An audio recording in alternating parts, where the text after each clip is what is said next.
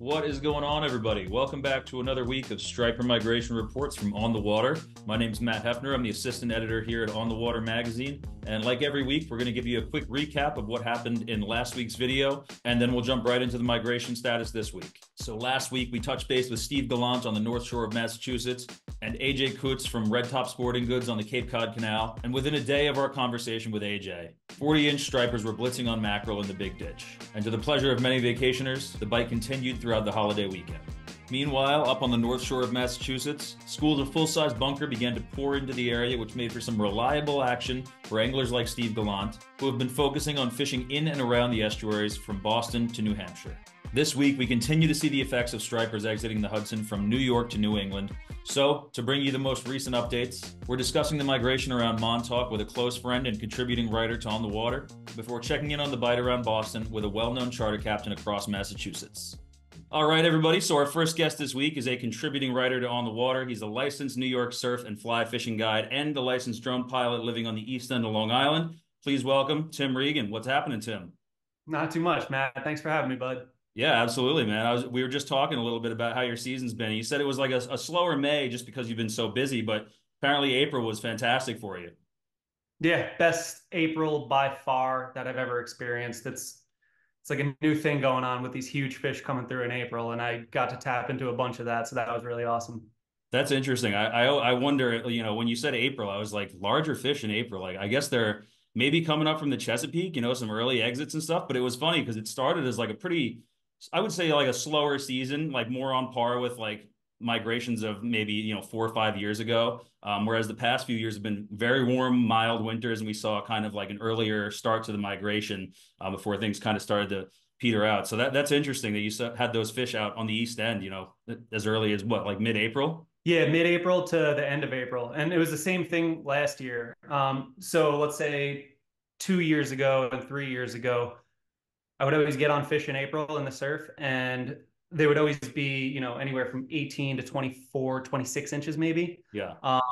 The past 2 years we've been getting fish to 30 pounds. I caught a 30 pounder at the end of April and Oh, that's a awesome. bunch of 20 to 25 pounders too. And all my buddies were doing the exact same.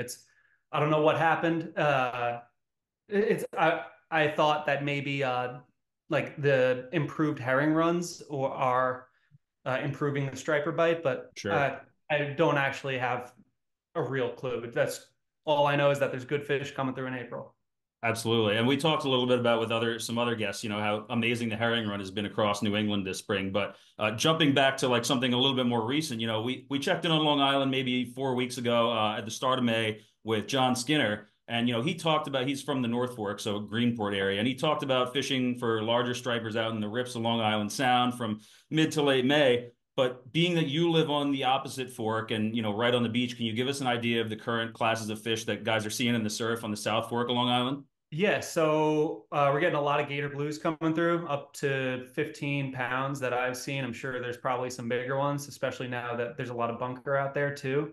And we've even been seeing blitzes, which is pretty amazing in the ocean. It's not too typical for me to be seeing so many actual blitzes in the ocean in May. Um, and lots of stripers passing through. Just from the drone, I can see schools of, say, 60 to 100 fish. And I reckon they're anywhere from 10 to 25 pounds. Wow. Odds are there's some bigger ones there. Maybe they're not, schooling up. Lord knows. I have no clue. But yeah, plenty of fish moving by right now. Yeah, it's good that you mentioned the Gator Blues because they're chowing on those bunker during the day. You can head to that same beach at night and probably either, throw some chunks or clean up on big bass with the right plugs. Yeah, absolutely. And That's been so, what's going on lately. yeah, and I'm glad you mentioned bunker too, because, I was going to say the next question was, based on what you see through the lens of your drone and, what you see in your hours that you're spending in the surf, what does the forage base look like? Is it mostly bunker or is there still some squid off of Montauk? Because I'm also hearing, occasionally of some schools of mackerel on the South Shore. Yeah, so right about now, like squid is what I would expect to be the main bait, and bunker as well. Um, it seems like all the fish that I'm seeing in the ocean are honed in on those bunker. I earlier today I was fishing the flats in Shinnecock Bay. I was just looking for some bluefish, and they were super duper finicky. I came across a lot of them, and they wouldn't take anything that I was offering them until I put on. I actually got the fly here. Let me show it to you. It's a kind of like an articulated deer hair head. Oh, If you can yeah, see that, not too big. that's But perfect size. when it's in the water, it looks like it's got that bunker profile, and Mhm. yeah, they were just going after it. It's the first thing that they went after, so that was really cool. That's awesome. So you still have a fair amount of fish in the bays out there then too. Yes, I didn't spot any stripers in the bay today, but gotta imagine they're in there. Yeah, Water was kind of murky too, so wasn't ideal conditions. But yeah, yeah, I know people are doing really well who are focusing their efforts in and around the bay. okay. And were you Not seeing saying much bunker in the bay with those fish, or I haven't seen any bunker in the bay personally. okay, I would imagine they're in there. I haven't really hit too many bases just with all that's going on in the ocean right now. I've been focusing most of my effort out there, so gotcha. haven't been watching too closely what's going on in the bay. Okay. And another thing we touched on really quick before we jumped on the call was some of the presence of mackerel. And I don't know what causes them to really come inshore, but mackerel are stacked up everywhere from Block Island up towards Cape Cod and even Boston area. So what do you think drives those mackerel inshore on the South Shore? So this year and last year, and I think it's just a kind of a pattern that is increasing. um, is more and more east swells every year. And I'm used to seeing more mackerel when there are east swells. So I would assume that that has something to do with that. I personally haven't seen any mackerel lately, but I have seen lots and lots of clear water coming from the east. So that, Okay. in my mind, that's what makes sense. Gotcha. Okay. Yeah, mackerel tends to be a pretty good minnow plug bite when the mackerel are around. So if you do see them, keep a couple of those in your bag. Mackerel colored SP or something. That's can't go wrong with it. Noted. And the another thing I wanted to touch on because we talked about some of these larger bass coming out east as the the May full moon just passed and it set into motion some larger waves pressing north, larger stripers heading up the coast. So with the June new moon now on the way, I mean it doesn't come till I think the almost the second week in June. But what do you expect the fishing to look like in the Hamptons and Montauk over the next 2 weeks or so? Well, as striper fishing goes, focus your efforts around the moons. You're probably going to tie into some bigger fish. That's definitely been going on this year. Every moon is producing bigger bass.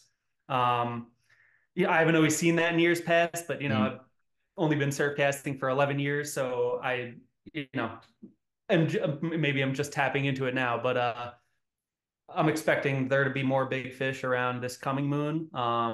June has always been a ridiculous month for big bass, and I feel like I can never really predict what's going to with the other bites. April, I had a feeling there were going to be big bass, and there were big bass. May, pretty much the same deal. You Mm-hmm. can predict when the bluefish are going to be there, as it happens every year.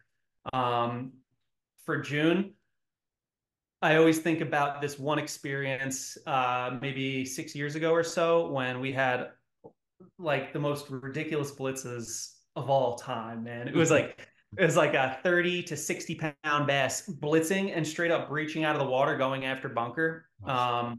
For that was like I would say between 4 days and a week. I can't remember exactly, but I was out there morning, day, and night trying to get in on it. And I caught some good fish, and some of my buddies caught some really good fish. Other people I don't know, like guys on boats, were getting into the real monsters. So that's like what's always in my mind. So I've always got my eyes on I like very focused on the ocean once June comes around. Okay. Um, Gotta imagine the inlet is going to be a hot spot for that, and out in Montauk too. Yeah. And just hopefully they show up on my beach as well. And you mentioned we talked a little bit about the presence of bunker out there, which is good to see them showing up because it seems like they've lacked in other parts of the coast, not too far from you guys, like Raritan Bay. They didn't really get their waves of bunker that they expect the same way you guys expect bluefish at a certain time of year. So based on your knowledge of past seasons on the South Fork, as these larger stripers do continue to drop out of the Hudson with that June new moon approaching, what is one of your more, I guess, your favorite or most productive surf strategies for intercepting them along the beaches? Like any specific lures or flies you like to use when the bunker are around? Super strike darters, obviously. That's probably my favorite to use. You'd use rubber shads. That's gonna do real well for you. Pencil poppers, obviously. Yeah. I've been tying a lot of beast flies lately, so I got a couple here with me. I'll show you. Like this one's a absolute monster. Oh, That's supposed to Jesus. be like a juvie weak fish, but you know, could potentially pass for a bunker. So That's great. I've been tying all these beast flies lately. I'm looking to feed them to some bass. So um, yeah, as for strategies, hit the hot spots, really. Yeah, hit the hot spots. Inlet, solid rips. Out by me, there's some really good rips, some outflows, and I'll probably focus a lot of my effort there, hoping that they come in. Best strategy in my mind is just being on the water as much as you can and just keeping your eyes peeled, looking for action, For and sure. keeping a line wet in the water.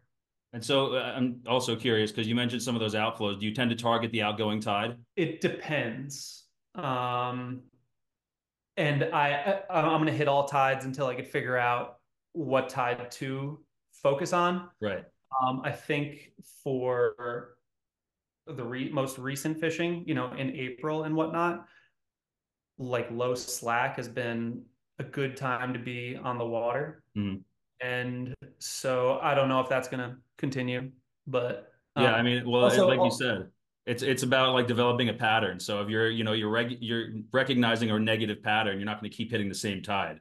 exactly. And so another thing I should mention, I kind of forgot about it, but I had taken some cool videos last year of the big fish migrating in April and May, and you can see the videos on my Instagram or whatever. But uh, I feel like the biggest fish were hunting the beach lip. So not necessarily looking for bait fish or migrating with the schools, Mhm. but you have these like lone wolves right up front and they're huge. So in my mind, they're targeting smaller forage right on the beach lip. So I'm going to be tossing, I got my holy moly sand crab flies. So But those things are beautiful. yeah, they get the job done. So I'm going to probably be throwing a lot of those just to try and fish the front, see if I can tie them to one of those big girls. Yeah, and you have a great article about that. I should mention about fishing the beach lip with the breakdance and keeping your lure in the strike zone when you're fishing the beach lip, and it's a hugely helpful article. So maybe we can plug that in the description for this. And you're also going to be you're working on the beast fly modifications article as well. So that'll be a great one for people to read up on once that comes out. Yeah, totally. And another resource, I made this video on my YouTube. It's titled "Surf Fly Fish Tutorial." It's not just for fly fishing. You could use the method for it's essentially the breakdance. Yeah. But yeah, not titled as such. So I would recommend people check that out. Check out the article, and you're probably going to catch more fish if you employ that method. Yeah, yeah, and that works for fishing bait too. If you're fishing actual sand fleas on a circle hook Yeah, and keeping them in the strike zone, exactly. yeah, yeah, it's a hugely useful tactic. So we'll have to link to that in the description. And we'll link to your social media as well, so people can check out some of those videos. Um, but last thing I wanted to ask you, Tim, is if you could offer one piece of advice to striped bass anglers on the South Fork of Long Island this week, what would it be? This week, This week man, or the next couple weeks, as that new moon approaches in June. I like honestly, I would recommend you read my article and watch that video. All right, nice. It's a good investment. And as for actual fishing, I would probably go to the inlet. I think that's the yeah, Yeah, that best strategy I would think is probably head towards the inlet, fish that water, yeah. focus on the moon tides, and yeah, that's my advice. Yeah.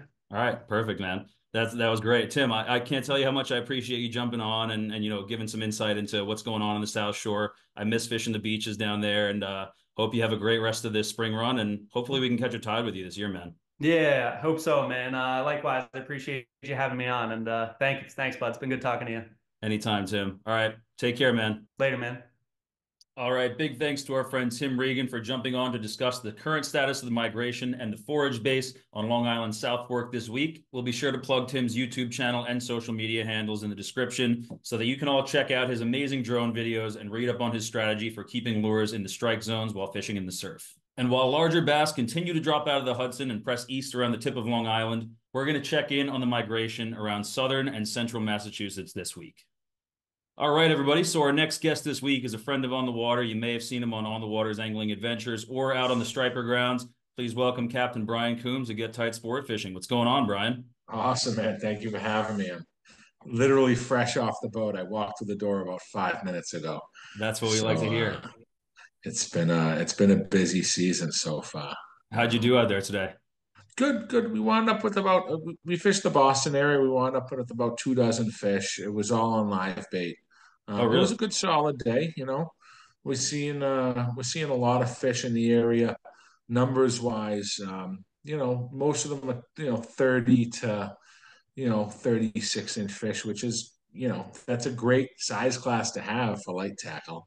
Oh, 100%. Um, you know, Unfortunately, I kind of zigged when I should have zagged early this morning. Bait was kind of tough early on, and I was looking for mackerel, and it was tough to get inshore. So I wound up spending way too much time, and I kind of missed the morning artificial bite. But we wound up banging them up pretty good once we got our bait. Um, Bait's been day to day up in the Boston area. Yeah. As far as mackerel is concerned, you can have one day where you black the live well out in 5 minutes, and then the next day you're not seeing bait. I was out there with like 7 or 8 buddy boats looking today. There was bait up in Salem Sound, and then there was bait down in Situate, but there was nothing to be had in the Boston area. Um, I wound up running to some southern humps off of Situate today, just because I wanted to fish them anyways and just look down there, Yeah. see what's kind of going on. Um, and I wound up finding on the 160 line out there, I found a lot of whales. And there was pogies out. This was well within the federal line, but Okay. it was pretty deep water. It was like there was humpback whales out there, bubble feeding. There was a lot of pogies, a lot of bunker, a lot of sea herring out there, and there was a lot of mackerel. So I was able to bait up pretty quick once I was down there. But I mean, bait took me 2 hours this morning, 2.5 hours to really get the amount of bait that I wanted to actually fish Right. for a full day trip. Besides that, we've seen a huge influx of bunker inshore, pogies inshore the last 3 or 4 days up in the Boston area. And it's Boston all the way to Salem Sound too. Um, you know, they're pretty much everywhere. They're not super, super thick that they're in like these giant black balls yet, Right. but there's plenty of bait to hold the fish as the fish migrate in. And that's really the most important part is having the bait present early when these larger fish do show up so they don't bypass you. Right, right. And I'm glad you brought up both mackerel and pogies because that was one of the things I'm curious with is, is it the change in forage that kind of you start your season on Cape Cod, right? If I'm not Yeah, mistaken. yeah. So So I, is it I the usually change of forage that drives you up to Boston? yeah. So it's always the stripe of migration. I used to do my own stripe of migration map before. I used to do this seminar, and it was a stripe of migration seminar, and I used to give 10 years ago to people when I would do clubs and stuff like that. Yeah. But yeah, pretty much what you see on your own map is kind of how I start and what I do. I kind of start down towards the border. I work Buzzards Bay early on. I'm looking for warmer water temperatures when it's early, and I'm looking for herring, river herring areas, because that's going to be their forage early. And basically, what happens is as you kind of come through May, they kind of they switch from river herring to either sea herring or mackerel, Mhm. and then it goes from that. It transitions over from that to bunker as bunkers start to show up, usually into June. This is pretty to have this much bunker this early in May is very early for us. Um, I'm pretty sure I got bluefish today too on one of Yeah. the lines, and a couple other buddies thought they got bluefish today too. So I wouldn't be surprised if there's some of those floating around in the Boston area right now. Yeah. But yeah, it's an early season. Offshore temps were at 61 degrees today. East of Boston, just south of Boston, was a little cooler.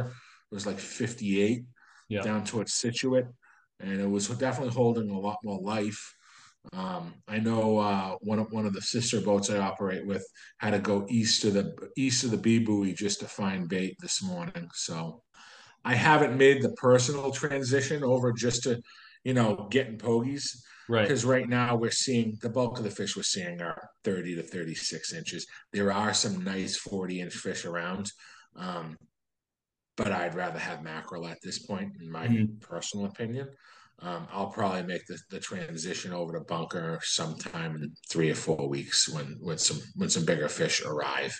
Okay. And I would imagine that would be with the new moon. Right. We definitely saw some on the last full moon. We saw some bigger fish show up, but they're just not they're not in the numbers we're known for up in the Boston area. Right. So And so I'm curious because it sounds like we're going to have a good summer for pogies anywhere north of Boston or just even north of Cape Cod. And it's great to see them coming in so early because a lot of the yeah, other portions of the coast, as we have heard from other guests and stuff, have just not had their bunker, like Raritan yeah, Bay, portions of Long and and Island. So and and so we had a bad year for it up in Boston last year, but one of the things that we're starting to see is, I'm looking at a nice stable weather trend right yeah, now up in the area, and that's very important with the bunker because what happens is if you get a lot of heavy rains early in the season, that affects the pH level in the water, mm, and we don't on wetter seasons we see less bunker up in the area. On drier seasons we see more bunker. okay. So um, I'm hoping for a nice dry June. Yeah, You know, yeah, me too. with We got a lot of with rain this stable spring, weather. so yeah, You know, yeah. uh, And so I'm curious what I wanted to ask is because you have so many, mackerel and bunker up in your area, does that really, I actually interviewed you a couple of years ago for an article about, pitch and live mackerel along the shores of Boston and northern Massachusetts. So are you using the same tactics when you net live pogies or when you snag live pogies, or are you like, how does that change the way you fish um, there? so pogies obviously because the size of the bait, I only bridle my pogies. Okay. My mackerel, depending on how I fish them, because I'm going to fish them a lot of different ways.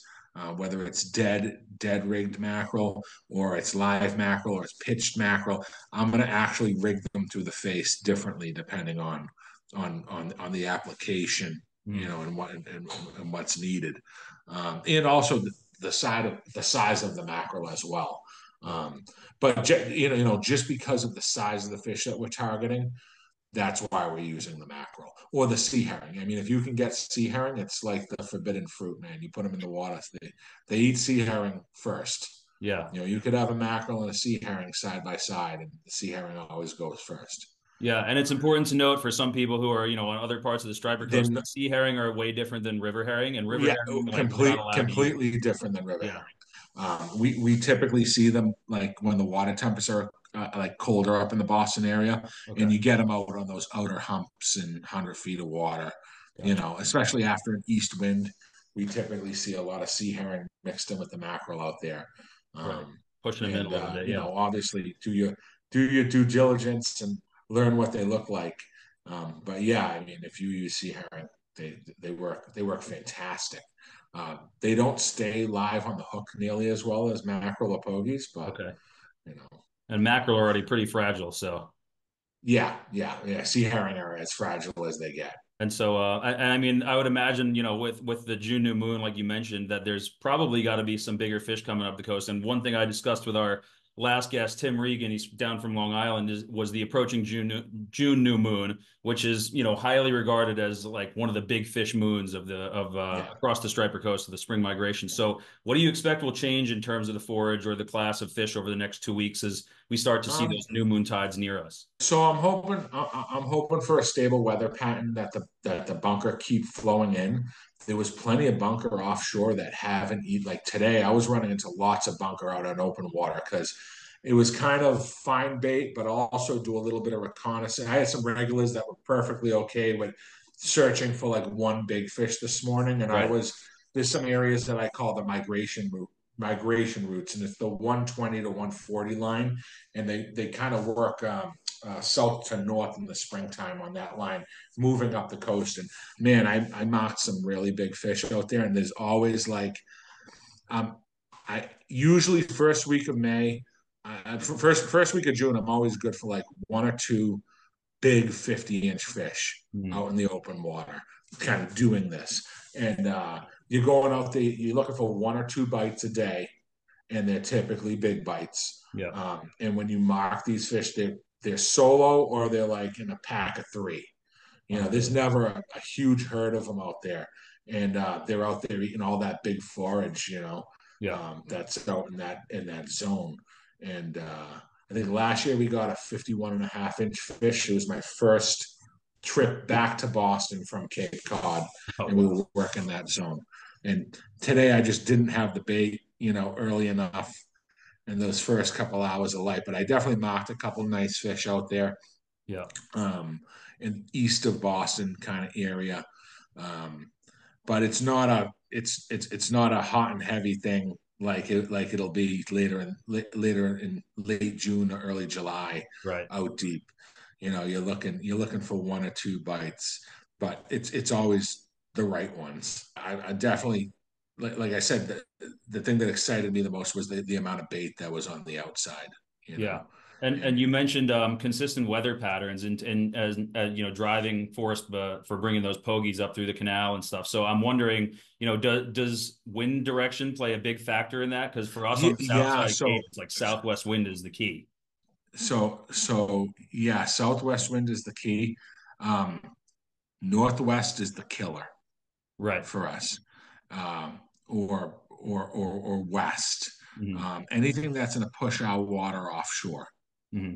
um, usually is the killer for bait. We want southwest, even east. To Yeah. be South, honest with east, you, southeast. Yeah. e- east, southeast. East isn't a pin. It's gonna pin the bait inshore. You Right. know. Um, so definitely the weather pattern is what it should be. That I didn't see any. I use fish weather, and I didn't see any red for the next like 10 days Oh, knock on on wood. the app, and I was all excited when I saw that. It's usually a little easier on me too. Yeah. Um, but yeah, so we're seeing a pretty good push of fish. I know there's a lot of fish south of us. Billingsgate has seen some fish down that way. And I know that there's plenty of fish down in Buzzards and down Rhode Island right now. And, we're a couple weeks away here Yeah. from seeing the big push. But right now we got plenty to play with up in the area, Yeah. Well, and all these big fish that are sitting in Buzzards Bay, I don't get out on the boat too often, but I know from a lot of people that are out there that yeah. those fish have been there and they're just getting, so pressured and they're getting very big. Those fish stack up, stack up, stack up, stack up, and Yeah, then it's like a shotgun. They fire through the canal. exactly. They're You like know, waiting for some sort of cue. And, they've been yeah, starting to push through, but there's still so many like upper 30, 40-inch fish in there that are just yeah. And then we waiting for see a cue to like go what through. we see up here when they show up. They're basically mega herds. Yeah, Where you have these herds of 2 to 5,000 fish moving together. unreal. And that's what it is. They're just stacking up in Upper Buzzards Bay until the push. Yeah. you know.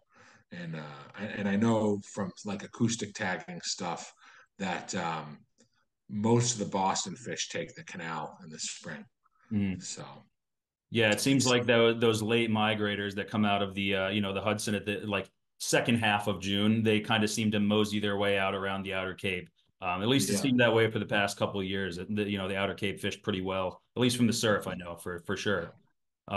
And so, Brian, one of the last things I like to ask people during these interviews is, if you could give one piece of parting advice to striped bass anglers from Cape Cod to Boston, we'll call it this week, what would it be? You want to be with the highest bait source present. If there's bunker there, fish around the bunker. But one of the things that there's been so much bunker inshore that not all the bunker have fish on it. You got to kind of move around, pick and choose, and use your electronics. And Yeah. um, I've been trying to stay away from the fleet up in the area as best as possible.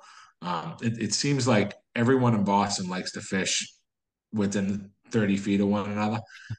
But if you have, the know-how to move around a little bit, there's just plenty of fish to be had right now up in this area, especially. And I'm hearing of good fishing all the way up to Newburyport right now too. So Yeah. I think it's just getting out there and spending the time and and getting your bait early, Yeah. whether it's bunker or mackerel. And just I've been throwing all big presentations too. Even when we're seeing fish on small stuff, um, I've been running into a lot of sipper fish early in the mornings. Oh yeah. Um, and they're like 27 to 33-inch fish that sip on the surface, whether they're on worm hatches or whatever. Mhm. I'm throwing 12-inch plastics at them, and I'm getting results out of it. There you go.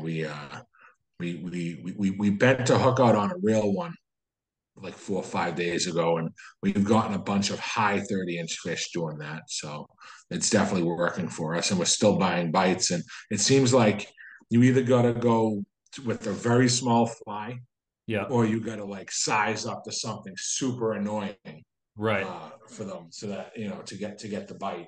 If you're going to do the artificial thing in the mornings, but I've been throwing. Al Gag just came out with an unweighted like 12-inch eel. That's Oh, like, really? yeah, it's big. It's like super wide and like real dense, and you Okay. can chuck it like pretty good distances. Yeah. And so I've been fishing that like weedless, and it's been working pretty good Yeah, for like me. a wide gap swim hook or something like that. Yeah, yeah, Awesome. yeah, Yeah, sometimes it's just a matter of finding the less pressured fish, and by utilizing your electronics and GPS and stuff like that, it's gonna take you away from the fleet and hopefully find some of those less pressured fish that if you put an offering in front of them that's something they're not used to seeing, yeah, large soft plastic yeah. like that, it's just gonna trigger them to strike. Yeah, and it's and now too, and I'm not crying in any way, but there's more people on the water than ever before fishing. Yeah, Just as the sport gets more and more popular, it's going to really behoove the angler to not sit on top of one another, yeah, especially with so much real estate and so much fish around. You know. yeah, 100%. Well, hey Brian, this was great, man. Thank you so much for all your insight into the fishing around Boston and Cape Cod, and I hope you and all your charters do some damage over the next 2 weeks as that new Awesome. moon approaches, man. Yeah. Good seeing you. Absolutely. Likewise. All right. I appreciate it. So thanks for jumping Yeah. on. Yeah. Stay tight. Bye. All right. Take care, Brian. All right, everybody. That's all the time we have for this week. Big thanks to both Tim Regan and Captain Brian Coombs for joining us to discuss the migration on Long Island and in Massachusetts this week. Big bass are on the move from New Jersey to southern New England after the passing of the May full moon, and surfcasters and boaters across the coast are now looking to the new moon on June 6th to spark that next major push of fish up the coast. For now, we've got stripers of all size classes dropping out of the Hudson, big bass throughout much of Long Island and Block Island Sounds, and 40-inch class fish staging up in Buzzards Bay to rocket through the canal when the time is right. Now, whether that push will be ignited by an influx of bunker or those new moon tides in about a week remains to be seen.